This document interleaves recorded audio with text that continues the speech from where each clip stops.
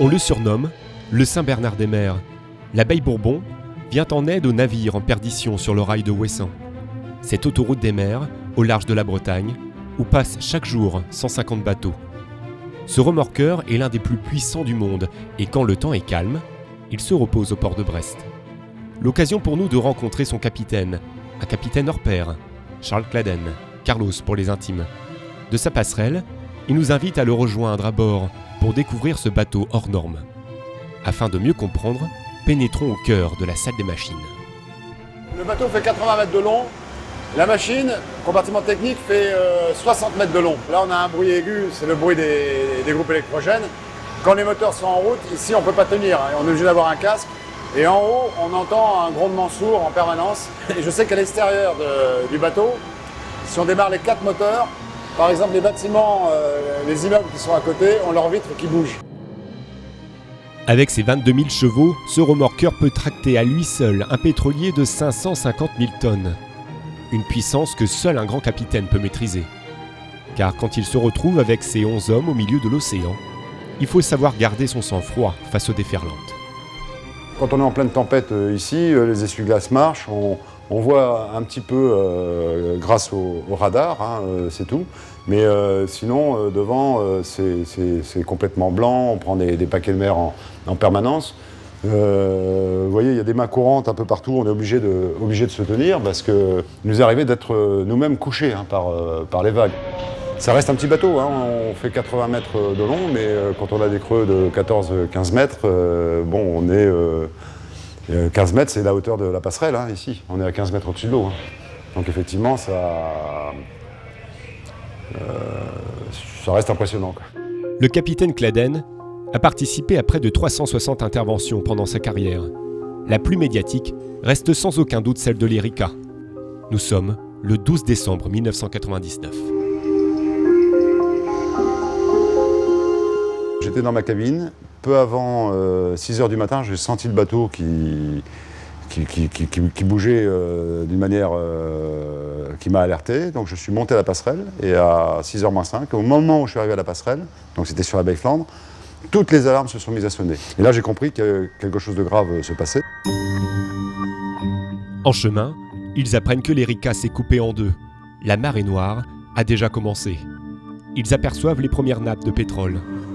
Le but à présent est de remorquer la partie arrière du bateau qui se dirige droit vers Belle-Île. Pour cela, 3 hommes de l'abeille sont héliportés sur l'Erika pour le relier au remorqueur. Nous, il nous fallait passer des cordages pour qu'on puisse mettre le gréement de remorquage. On le voit sur ces images. Donc j'avais 3 personnes sur l'Erika, on va passer les filins. Et nous, à partir de l'abeille, on virait le gréement de remorquage dans les coups de mer. Il faut reconnaître que là, on avait 12 mètres de creux, il y avait des risques de collision. Là, on est très proche de la partie arrière de l'Erika. L'opération va prendre une trentaine de minutes avant que ces marins ne soient évacués du bâtiment en perdition. Plus tard, Charles Claden envisage une nouvelle manœuvre et prévoit d'envoyer à nouveau 2 de ses hommes à bord du pétrolier. Et au moment où on devait envoyer 2 hommes, au moment où l'hélicoptère est arrivé, c'est là où la partie arrière s'est mise à la verticale. Et je dirais que si on n'avait pas anticipé sur ce qui pouvait se passer, mes gars auraient été à bord de l'Erika et auraient été perdus avec le bateau. Charles Claden a sillonné les mers du monde entier. Né au Maroc, il a dès l'enfance su que plus tard, sa vie se ferait sur l'eau. J'ai toujours été fasciné par les marins. Quand on est petit, on a on lit Jules Verne, quand j'étais tout gamin, il y avait les collections de tout l'univers.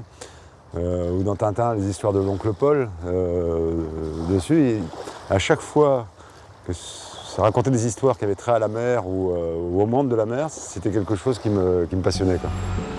C'est à Agadir qu'il entend parler de Brest pour la première fois. Il s'imagine alors déjà capitaine de remorqueur, une vie qui semblait toute tracée. Une vie dédiée à sauver des vies. Mais les gens de la mer sont pudiques et humbles, et ils ne se vantent pas de ces choses-là. J'ai pas le regard de quelqu'un fier de ce qu'il fait ou de ce qu'il a fait. On a avant tout l'envie de tout simplement d'essayer de bien faire les choses, point. Je crois ça s'arrête là. Je crois que être au bout de la remorque, c'est être au bout du devoir, avant tout pour les gens qui sont là. Une fois qu'on a intégré cette notion, les choses se déroulent naturellement. Et leur devoir, Charles Claden et son équipage n'ont de cesse de le remplir. Ils ont à bord de leur navire sauvé nombre de vies, évité nombre de marées noires.